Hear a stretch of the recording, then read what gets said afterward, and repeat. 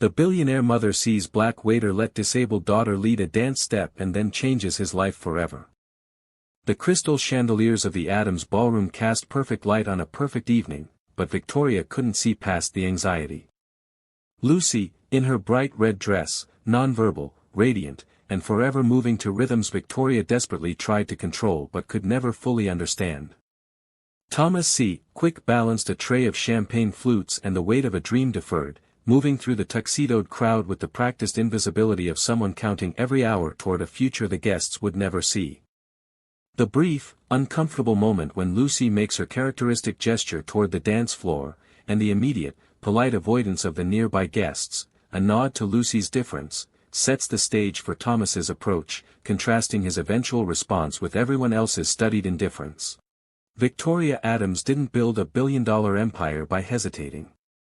At 42, she commanded boardrooms with the same efficiency she commanded her household staff, her schedule, and every controllable variable in her daughter's life.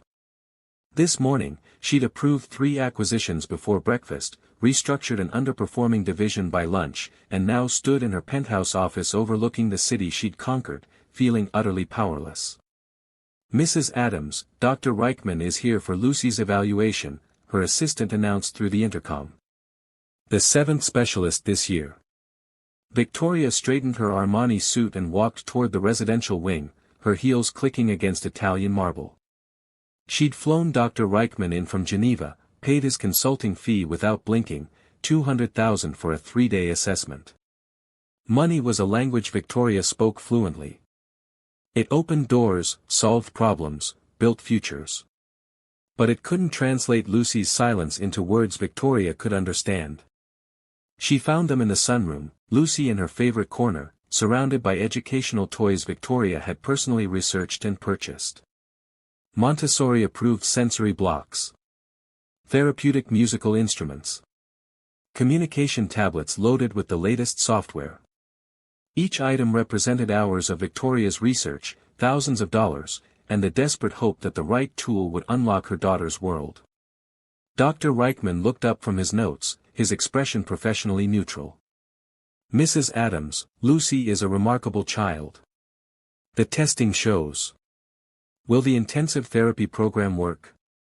Victoria interrupted. She didn't need remarkable. She needed results, solutions, a roadmap to fix what felt irreparably broken between them. These things take time. There's no guarantee. Victoria's phone buzzed. Another crisis, another fire only she could extinguish. She glanced at Lucy, who was running her small fingers along the window's edge, tracing patterns only she could see. The afternoon light caught her blonde hair, and for a moment, Victoria saw not a problem to be solved but a mystery she'd never learned to simply witness. "I have the gala tonight," Victoria said, more to herself than the doctor. "The Adams Foundation annual charity event. Lucy will attend." Dr. Reichman frowned. "Mrs. Adams, such environments can be overstimulating for children with. She's my daughter. She belongs anywhere I belong." Victoria's tone left no room for discussion. She'd raised $10 million last year for disability services. Lucy would be there, perfectly dressed, perfectly behaved, a testament to Victoria's control over even the uncontrollable. That evening, as Victoria's stylist fussed over Lucy's red dress, custom-made, astronomically expensive, perfect, Victoria caught her daughter's reflection in the mirror. Lucy's eyes were distant, locked on something beyond the glass, beyond the room, beyond the gilded cage Victoria had so carefully constructed around them both. "You look beautiful, sweetheart," Victoria whispered, adjusting a strand of Lucy's hair. Lucy didn't respond. She never did. And Victoria, who could negotiate billion-dollar deals in 3 languages, had no words left to bridge the silence between them. The limousine was waiting. The gala would be flawless. Everything Victoria touched turned to gold. Except the one thing that mattered most. Thomas C. Quick had learned to be invisible by necessity. At 28, he'd perfected the art of moving through rooms full of people who looked through him as if he were furniture, useful, forgettable, easily replaced. Tonight was no different, except for the ache in his feet and the envelope in his locker that he couldn't stop thinking about. Final notice. 3 months behind on rent for the studio space. Quick. Table 12 needs refills, and the Hendersons are asking for you specifically, Marcus, the head server, called out. Thomas nodded, smoothing his crisp white jacket. The uniform was borrowed dignity, rented respectability for 6 hours at minimum wage plus tips. The Adams ballroom was everything Thomas's neighborhood wasn't: soaring ceilings, crystal everything, the kind of quiet wealth that didn't need to announce itself. He'd been working these events for 2 years, ever since he'd moved back to care for his mother after her stroke. The community center where he'd taught dance classes had closed. His savings had evaporated. The dream of his own studio, a place where kids like his younger sister could learn that their bodies could speak even when words were hard, had become something he thought about during the long stretches between drink orders. Champagne, sir. Thomas offered his tray to a man in a tuxedo that probably cost more than Thomas made in 6 months. The man took a glass without looking at him. Thomas moved on. He'd mapped out every detail of the studio in notebooks he kept under his bed. The Quick Step Art Center. A space with hardwood floors, mirrors that didn't make kids feel self-conscious, music from every culture, and classes that cost whatever families could afford, including nothing. He'd researched grants, crunched impossible numbers, and came up short every time. The rental space he'd found was perfect, in the neighborhood that needed it most, and slipping further out of reach with each passing month. You're new to these events, aren't you? An older waiter, Jerome, sidled up next to him at the service station. Word of advice: don't make eye contact, don't linger, and definitely don't engage with the guests unless they speak first. We're ghosts here, son. Expensive ghosts. Thomas nodded, but his attention had shifted to the far side of the ballroom. A woman in a red gown stood near the perimeter, one hand resting protectively on the shoulder of a small girl. The girl wore a matching red dress, bright as a poppy in a field of black and white. She couldn't have been more than 6, and something about the way she held herself, present but apart, like she was listening to music no one else could hear, reminded Thomas of his sister at that age. The orchestra began setting up. Thomas checked his watch. 2 more hours, then he could take off these shoes that pinched, count his tips, and pretend $63 was going to make a difference. The girl in red turned her head, and Thomas saw her face fully. She was looking at the empty dance floor with an expression he recognized, longing mixed with uncertainty, the universal look of someone who wanted to move but didn't know if they were allowed. Thomas picked up another tray and moved back into the crowd, his mind already calculating. If he picked up 3 more shifts this month, if his mother's medical bills didn't increase, if he could just hold on a little longer. The music started. A waltz. Simple, elegant, familiar. And the girl in red began to sway. Victoria saw the gesture before anyone else did. She always did. Lucy's right hand made a small, fluttering motion near her chest, her signal, her secret language that Victoria had learned to decode through years of desperate attention. It meant music. It meant movement. It meant a need that Lucy couldn't voice but Victoria could feel in her bones. The waltz filled the ballroom, and Lucy's body responded the way it always did, with a gentle rocking that most people mistook for restlessness. But Victoria knew better. Lucy was dancing, in her own way, contained within invisible boundaries that the world had drawn around her. Isn't this lovely?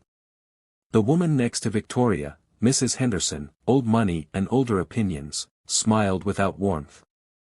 Such a sophisticated event. Though I must say, darling, are you sure Lucy is comfortable? The noise, the crowds, perhaps she'd prefer to be at home with a caregiver. The suggestion landed like a slap, perfectly polite and perfectly cruel. Victoria's hand tightened on Lucy's shoulder. Lucy belongs here. She's perfectly fine. But Lucy wasn't fine. Victoria could see the tension building in her daughter's small frame, the way her hand movements became more pronounced, more urgent. She wanted to move, truly move, and the small space they occupied at the edge of the ballroom wasn't enough. Two couples glided past them onto the dance floor, their movements synchronized and practiced. The space opened up, inviting, and Lucy took a half step forward before Victoria's hand stopped her. "Not now, sweetheart," Victoria whispered. The words tasted like failure. "Not here. Not in front of everyone. Not where people are watching and judging and ready to offer their unsolicited pity or advice." Lucy's hand fluttered again, more insistent. Victoria felt her chest tighten. How many times had she said, "Not now"? How many moments had she stolen from her daughter in the name of protection, of maintaining appearances, of avoiding the stares and whispers that followed them everywhere? A waiter approached, clearing empty glasses from a nearby table. Victoria barely registered him, another invisible service worker in a room full of people she was supposed to care about impressing. She was too focused on Lucy, on managing the situation before it became a scene. The music swelled. Lucy pulled gently against Victoria's hand, her body leaning toward the dance floor like a plant seeking sunlight. "Mrs. Adams, I've been meaning to ask about your foundation's new initiative," someone else interrupted. Victoria forced herself to engage, to smile, to be the gracious hostess while her daughter stood beside her, trapped in a red dress and a world that had no space for her particular kind of joy.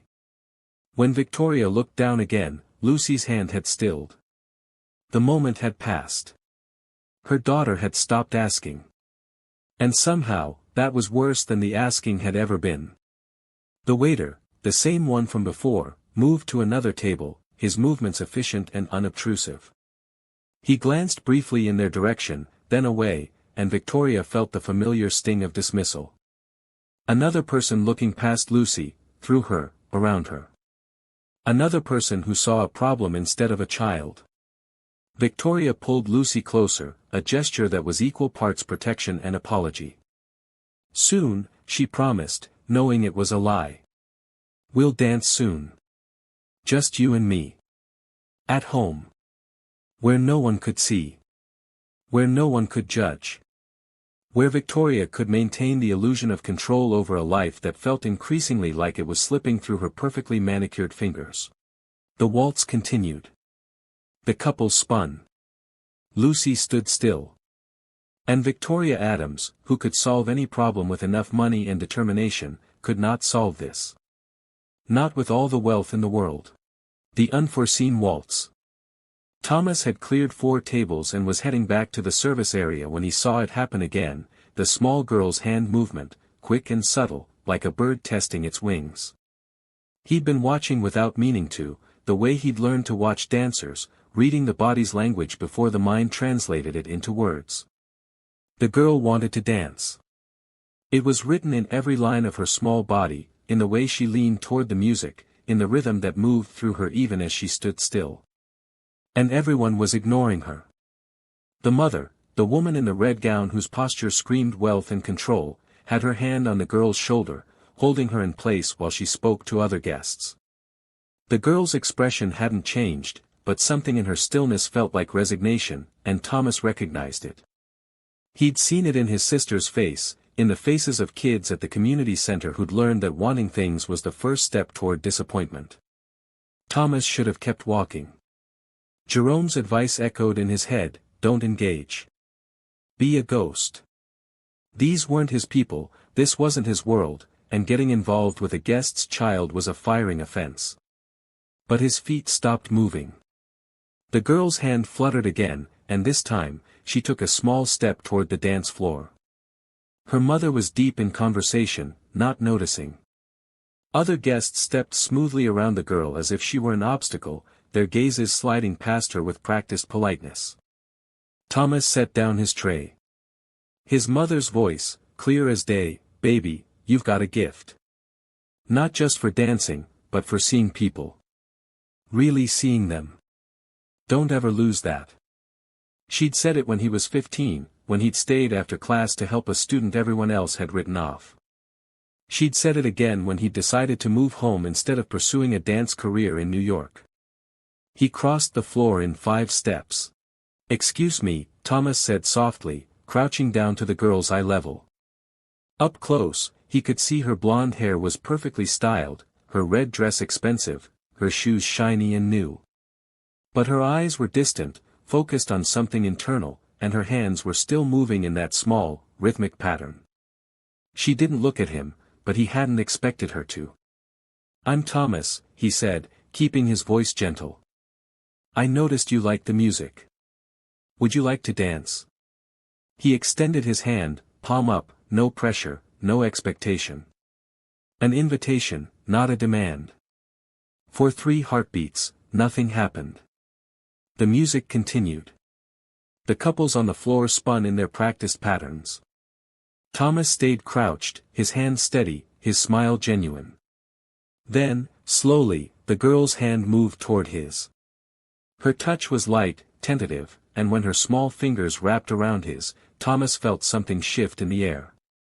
He stood carefully, keeping his movements slow and readable, and took a step toward the dance floor's edge. The girl followed. "That's it," Thomas encouraged. "You lead, I'll follow. Show me how you dance." She didn't move like the other dancers. Her steps were small, uneven, more of a shuffle than a waltz.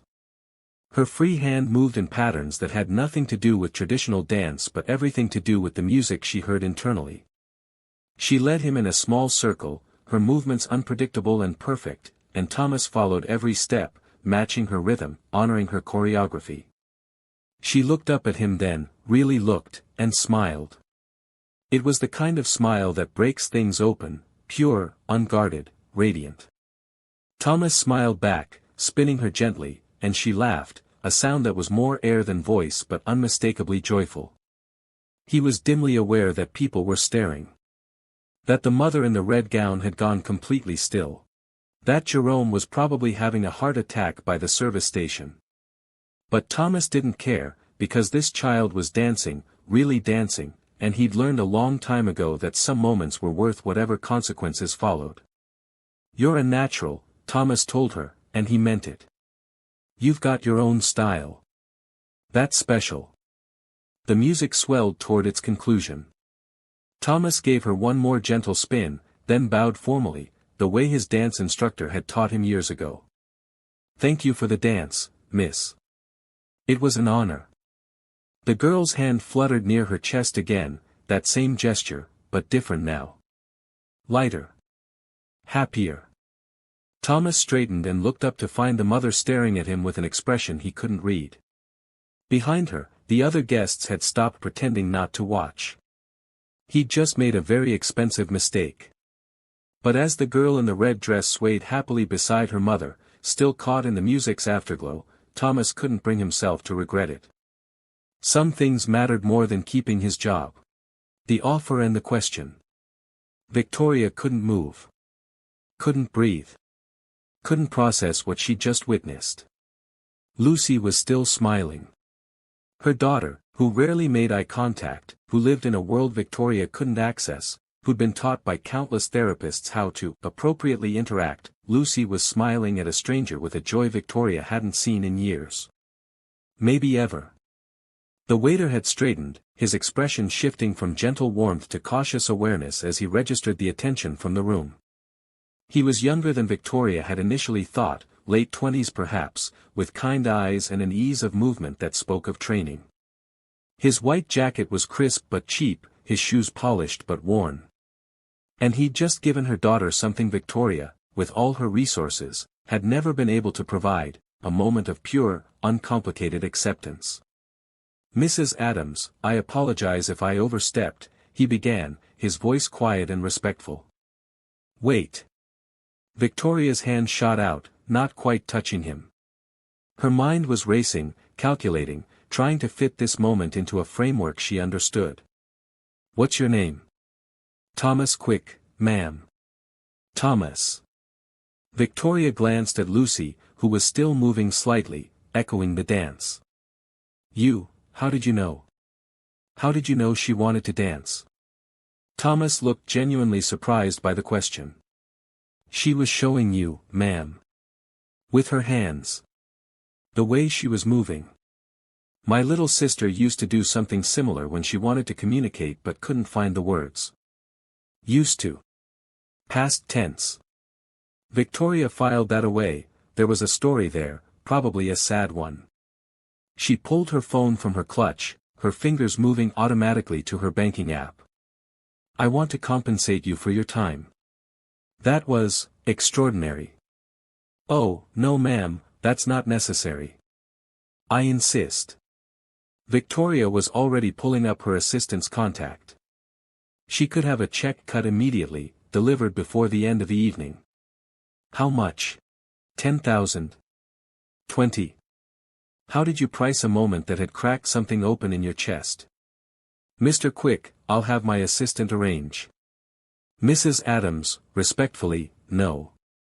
Thomas's voice was firm but gentle, the same tone he'd used with Lucy. I didn't dance with your daughter for money. I danced with her because she wanted to dance, and I was on my break. It's not something you pay for. Victoria stared at him. In her world, everything had a price. Everyone wanted something. The refusal didn't compute. Everyone accepts payment for their time, Mr. Quick. Name your price. There isn't one. He smiled, and it transformed his face from handsome to genuinely beautiful. My mother taught me that you don't charge for humanity. It was my pleasure, truly. He gave a slight nod to Victoria, then crouched down to Lucy's level one more time. Thank you for teaching me your dance, miss. You're a wonderful teacher. Lucy's hand moved in response, that same flutter, but directed at him now. A communication Victoria couldn't translate but knew, somehow, was important. Thomas stood and began to walk toward the service area, leaving Victoria standing there with her phone still open to her banking app, completely derailed. She'd been prepared for greed, for opportunism, for the immediate calculation of advantage that she encountered in every other interaction. She hadn't been prepared for simple, genuine kindness that expected nothing in return. Wait, she called again. Thomas turned back, patient. I'd like to speak with you. After the gala. Please. Something flickered in his expression, concern, maybe, or fatigue. Mrs. Adams, if this is about the dance, I promise it won't happen again. I know it was inappropriate for me to. It wasn't inappropriate. It was. Victoria looked at Lucy, who had returned to her gentle swaying, enclosed again in her private world but somehow less alone than before. It was the kindest thing anyone has done for my daughter in years. Please. Give me 15 minutes after the event ends. I'll make it worth your while. She saw him process the offer, saw the brief shadow of worry cross his face, probably thinking about bus schedules, about getting home, about responsibilities Victoria couldn't imagine. Finally, he nodded. 15 minutes. But ma'am, I really don't want your money. I'm not offering money, Mr. Quick. Victoria didn't know what she was offering yet, only that letting this man walk away felt like losing something irreplaceable. I'm offering a conversation. He hesitated, then nodded again. Okay. After the last guest's leave. Victoria watched him disappear into the service corridor, her heart pounding with an unfamiliar urgency. Around her, the gala continued, conversations, laughter, the careful dance of wealth and influence. But Victoria was no longer present in that world. She was planning, calculating, figuring out how to hold on to the person who'd just shown her what she'd been missing. Lucy tugged at her dress. Victoria looked down and saw her daughter's hand moving in a new pattern, reaching, grasping, holding on. I know, sweetheart, Victoria whispered. I don't want to let him go either. Victoria Adams didn't make important decisions without information. By the time the last guest had departed and the event staff began breaking down the ballroom, she'd already initiated 3 phone calls and 2 background checks on Thomas C. Quick. What she found should have been disappointing. It wasn't. Michael, tell me what you have, she said into her phone, standing in her private office adjacent to the ballroom. Through the window, she could see Thomas clearing tables with the same efficient grace he'd shown while dancing with Lucy. Thomas Christopher Quick, 28 years old, her head of security reported. Clean record.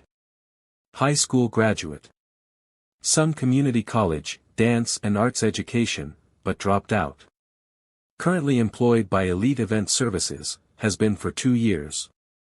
Before that, worked at the Riverside Community Center teaching children's dance classes until it closed due to funding cuts. No debt except, Michael paused. This is interesting. He's 3 months behind on a commercial lease agreement for a property in the Riverside district. Looks like he was trying to open some kind of art studio. Victoria's pulse quickened. Send me the details. Everything. The lease agreement, the property information, his employment records, everything. Victoria, this level of investigation on a service worker is. I'm not looking for leverage, Michael. I'm looking for answers. Send it. Now. While she waited, Victoria opened her laptop and began her own research. The Riverside Community Center's closure had made local news, budget cuts, gentrification, the usual story of resources flowing away from the neighborhoods that needed them most. There was a photo accompanying one article, a group of children, diverse in every way imaginable, mid-leap in a dance class. In the background, barely visible, was a younger Thomas, his smile as genuine as the one he'd shown Lucy. The email from Michael arrived. Victoria opened the attachments, speed reading through. Thomas's life in data points and documents. The picture that emerged was almost painful in its earnestness. The lease was for a property that needed significant work. Thomas had submitted renovation plans that showed careful thought about accessibility, about creating spaces for children with different needs and abilities. His business plan was detailed, passionate, and completely unfunded. He'd applied for 6 grants and been rejected for all of them. His savings account showed a slow, steady depletion toward zero. He was 3 weeks away from losing the property entirely.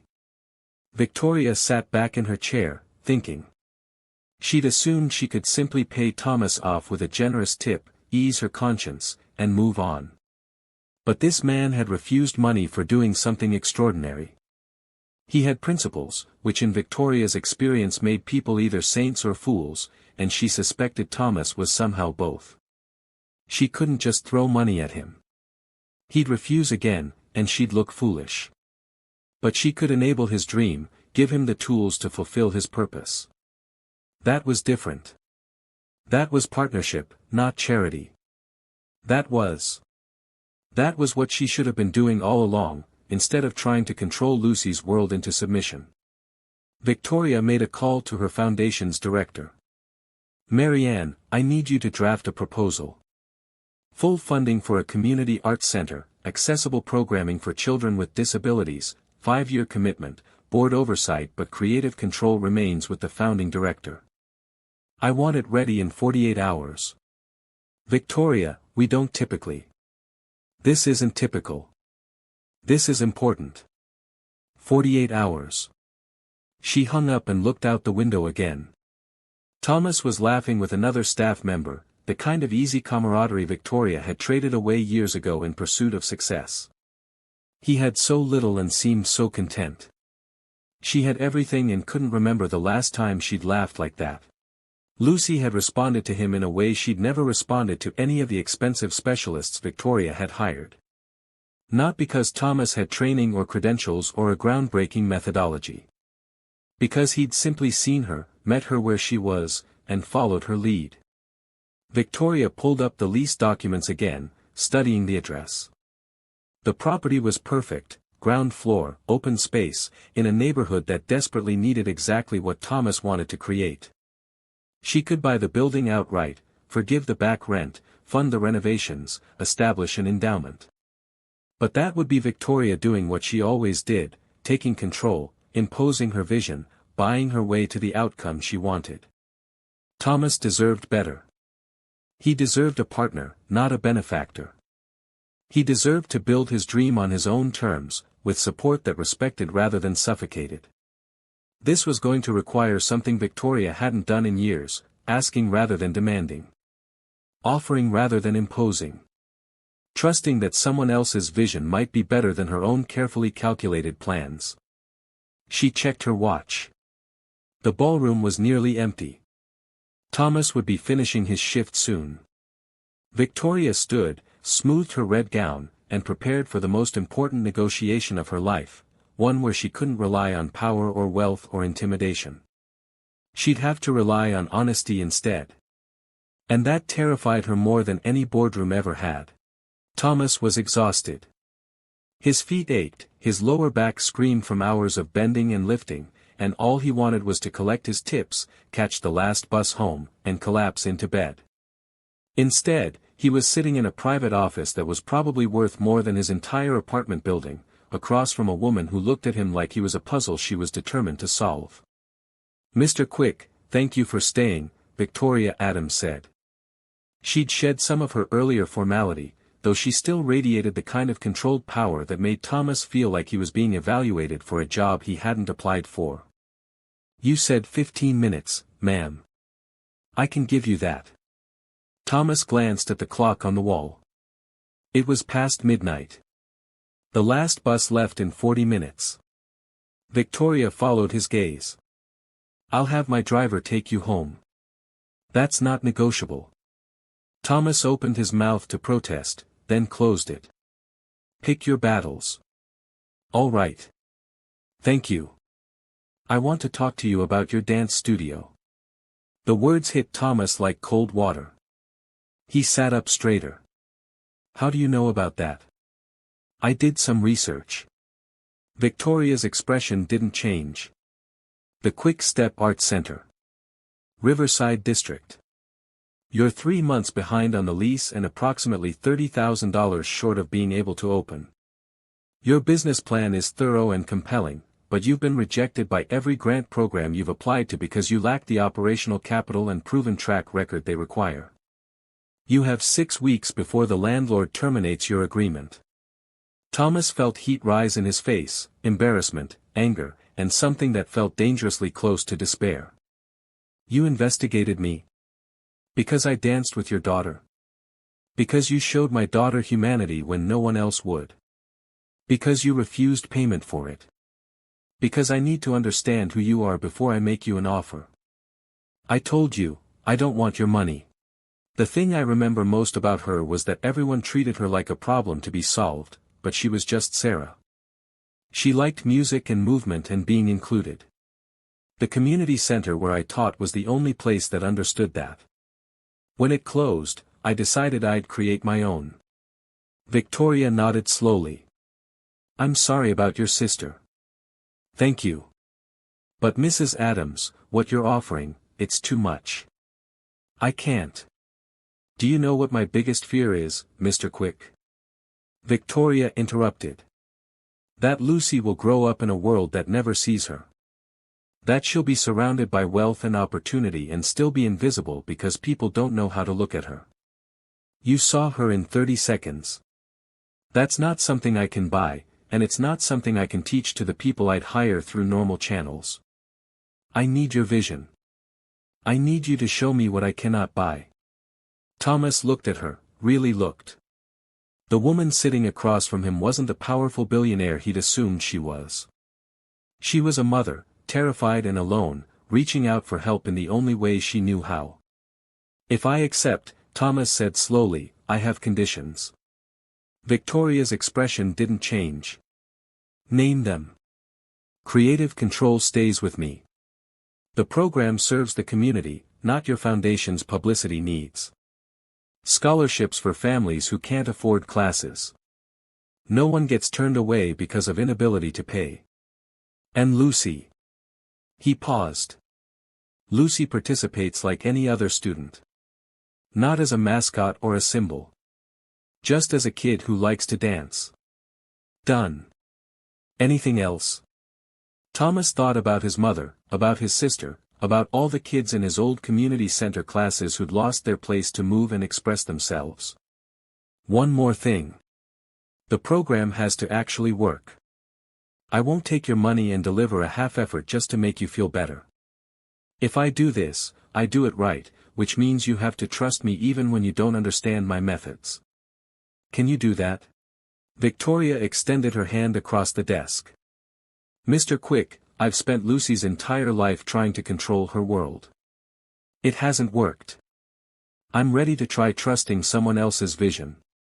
Do we have a deal? Thomas looked at her hand, thought about the bus he was missing, the rent he couldn't pay, the dream he'd been slowly letting die. He thought about Lucy's smile and his sister's memory and the possibility that maybe, just maybe, he could build something that mattered. He shook Victoria's hand. We have a deal. But Mrs. Adams?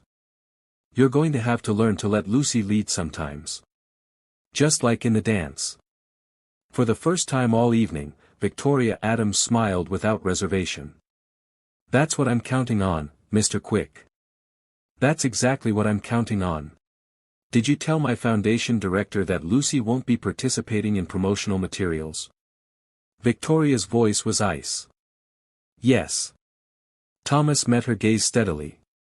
Because she shouldn't be. That wasn't part of our agreement. Our agreement was that you'd run an inclusive dance program. The foundation needs to show donors the impact of their investment. Lucy's participation demonstrates. Demonstrates what? That you can parade your daughter in front of cameras to make yourself look good? Thomas knew he was crossing a line, but he couldn't stop. Mrs. Adams, with all due respect, this is exactly what I was afraid of. You're turning this into another thing you control, another asset you manage. Victoria stood abruptly, her chair scraping against the floor. How dare you? I'm funding your dream. I'm giving you everything you asked for. Everything except trust.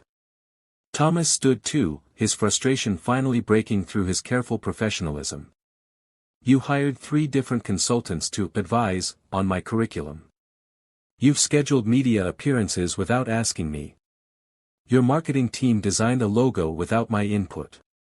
This isn't a partnership, Mrs. Adams. This is you buying another company and expecting me to be grateful for it. I'm trying to ensure this program succeeds. By suffocating it before it even starts. Thomas took a breath, forcing himself to calm down. Mrs. Adams, Victoria, do you remember what you told me? That everyone tried to change Lucy, to make her fit their programs? You're doing the same thing to this center. You're trying to make it fit your vision of what success looks like instead of trusting the process. Victoria's face had gone pale. That's not. I'm not. You are. And I get it. Control is how you've survived, how you've built everything you have. But you can't control art. You can't control expression. And you definitely can't control healing. Thomas's voice gentled. Lucy doesn't need a photo shoot. She needs a place where she can move without judgment. Where she can lead the dance instead of following everyone else's choreography. Victoria sank back into her chair, and for the first time since Thomas had met her, she looked small. I don't know how to do this, she whispered. I don't know how to help her without controlling everything. Thomas sat down too. Then maybe that's the first thing you need to learn. Because Lucy doesn't need you to control her world. She needs you to trust her in it. Silence stretched between them.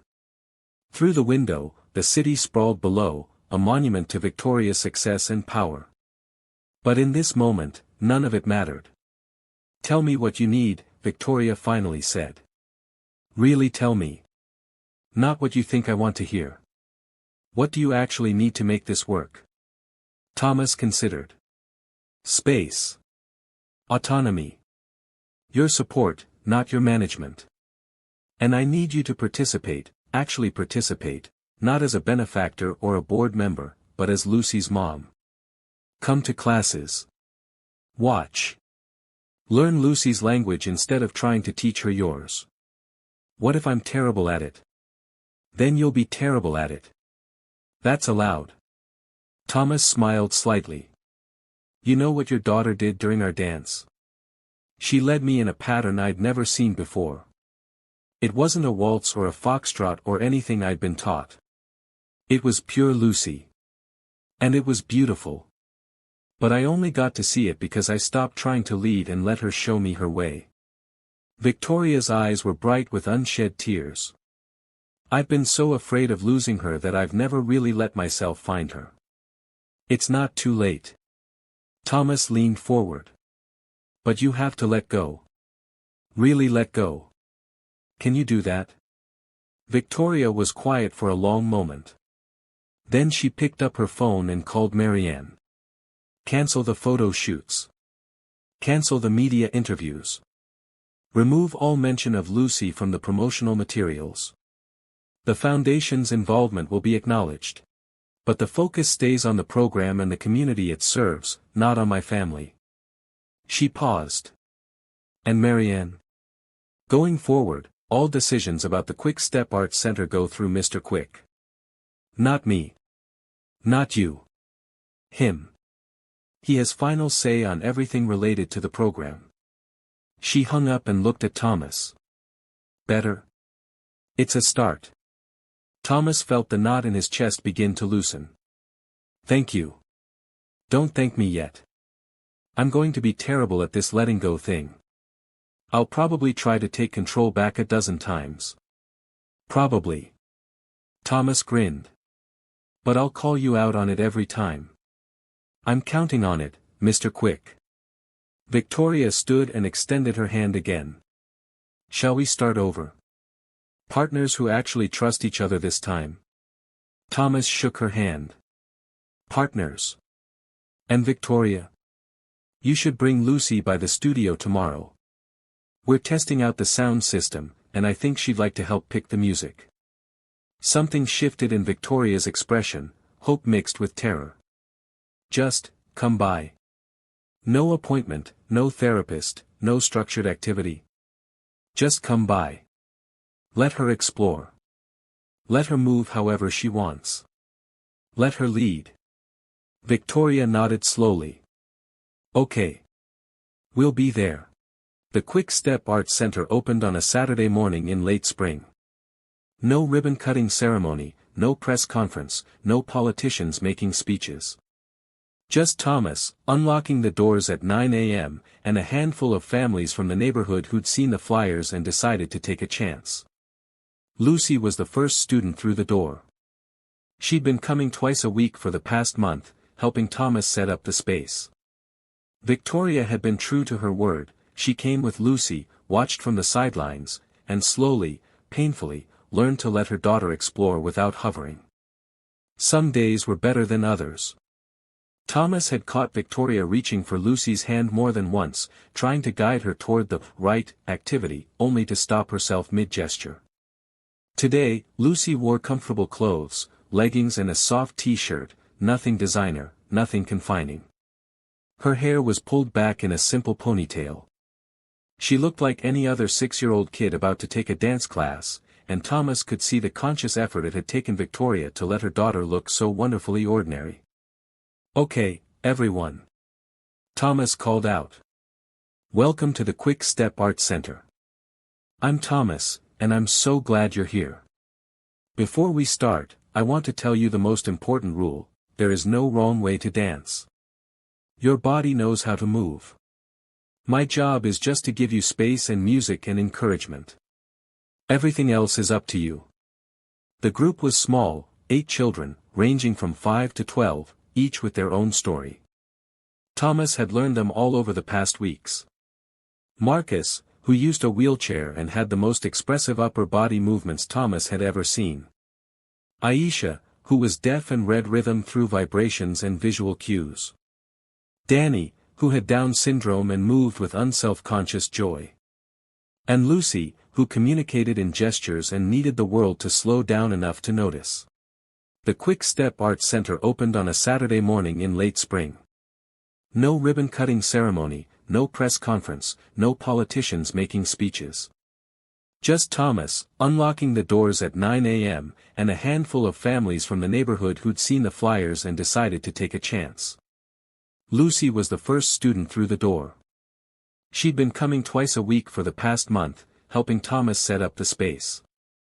Victoria had been true to her word. She came with Lucy, watched from the sidelines, and slowly, painfully, learned to let her daughter explore without hovering. Some days were better than others.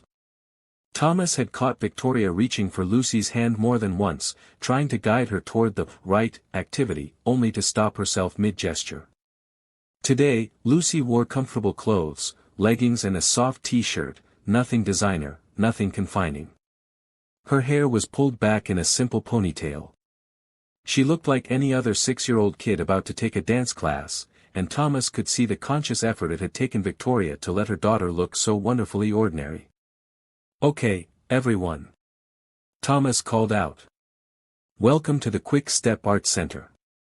I'm Thomas, and I'm so glad you're here. Before we start, I want to tell you the most important rule: there is no wrong way to dance. Your body knows how to move. My job is just to give you space and music and encouragement. Everything else is up to you." The group was small, 8 children, ranging from 5 to 12, each with their own story. Thomas had learned them all over the past weeks. Marcus, who used a wheelchair and had the most expressive upper body movements Thomas had ever seen. Aisha, who was deaf and read rhythm through vibrations and visual cues. Danny, who had Down syndrome and moved with unself-conscious joy. And Lucy, who communicated in gestures and needed the world to slow down enough to notice. The parents and caregivers sat in chairs along the wall. Thomas caught Victoria's eye. She looked terrified, her hands clasped tightly in her lap. He gave her an encouraging nod. "Let's start with something simple," Thomas said. "I'm going to play some music. When you hear it, I want you to move however it makes you feel. Don't think about it. Just let your body respond." He pressed play. The music filled the space, something rhythmic but not overwhelming, with a clear beat that you could feel in your chest. Thomas had spent hours selecting the first song, knowing it would set the tone for everything that followed.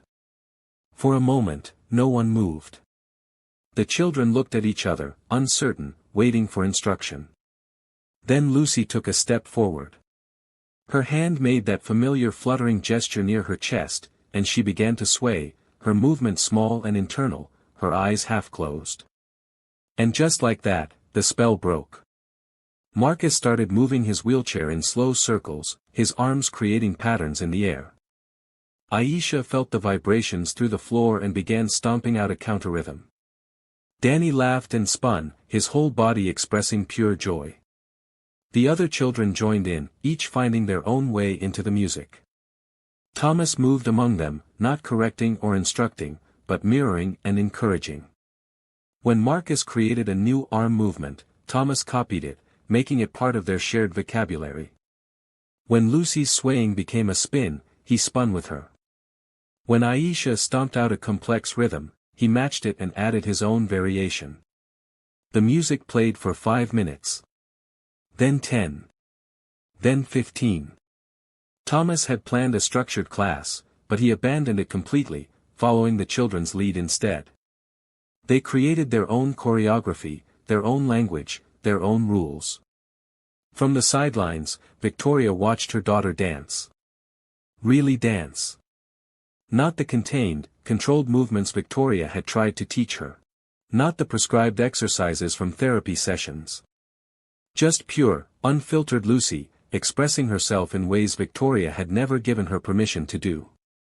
Victoria felt tears sliding down her face and didn't bother to wipe them away. When the music finally ended, the children were breathless and beaming. Lucy ran back to Victoria, actually ran, something she rarely did, and threw her arms around her mother's waist.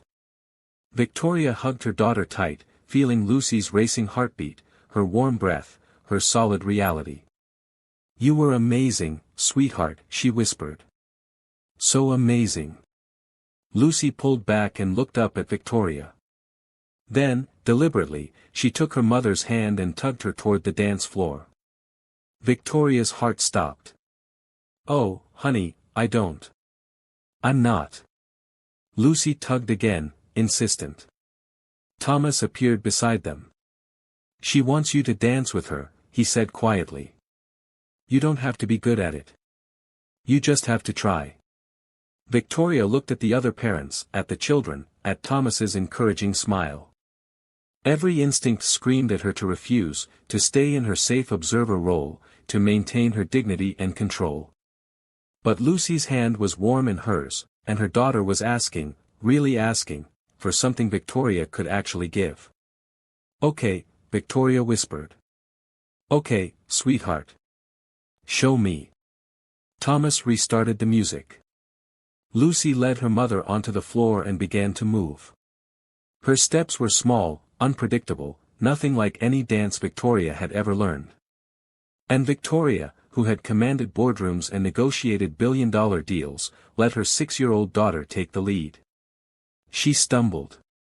She felt ridiculous. She was completely out of sync with the music and had no idea what she was doing. And it was the most perfect moment of her entire life. The Quick Step Arts Center had expanded twice. What started as a single studio in Riverside had grown into a full community center with 3 dance studios, an adaptive arts room, and a performance space that hosted showcases every month. Thomas had hired 4 additional instructors, all trained in his inclusive methodology. The waiting list for classes was 6 months long. Victoria served on the board but rarely interfered with operations. She'd learned, slowly and imperfectly, to trust Thomas's vision. She still tried to take control sometimes, old habits died hard, but Thomas had gotten better at calling her out, and Victoria had gotten better at listening. Lucy was 9 now, taller and more confident, though still nonverbal. She took 3 classes a week and had developed her own unique style of movement that other students had started to emulate. Thomas called it the Lucy lead, and it had become a foundational part of his teaching method: follow the dancer's natural expression instead of imposing external structure. Tonight was the center's annual showcase. The theater was packed with families from across the city. Victoria sat in the front row, Marcus beside her. They'd been dating for 6 months, Marcus, who she'd met at the center while dropping off Lucy, who'd seen past her power and wealth to the lonely woman underneath, who taught her that vulnerability wasn't weakness. The lights dimmed. The music started. Lucy took the stage with 7 other dancers, all of them moving to their own rhythm, their own internal choreography, somehow creating something cohesive and beautiful from their individual expressions. Thomas had choreographed it loosely, giving them structure but letting them fill in the details themselves.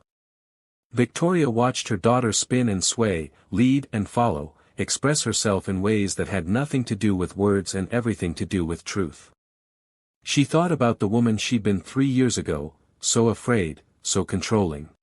So desperate to fix what had never been broken. Lucy caught her eye from the stage and made that familiar gesture, the flutter near her chest that Victoria now understood meant joy, meant music, meant I'm here and I'm happy and I'm me. Victoria pressed her hand to her own chest and mirrored the gesture back. I see you, she thought. I finally see you. The performance ended to thunderous applause. The dancers took their bows. Thomas joined them on stage, and Lucy ran to him, hugging him tight before running off stage to Victoria. You were perfect, Victoria said, kneeling to wrap her daughter in her arms. Absolutely perfect. Lucy pulled back and looked at her mother with those bright, seeing eyes. Then she took Victoria's hand and pulled her toward the stage, where Thomas was already starting the encore, an open dance where audience members could join. Victoria didn't hesitate. She kicked off her heels and let Lucy lead her onto the stage, into the chaos of movement and music and imperfect, glorious expression. She stumbled. She laughed. She let go. And Thomas, watching from the side of the stage, smiled at the billionaire and the little girl who'd taught each other how to dance.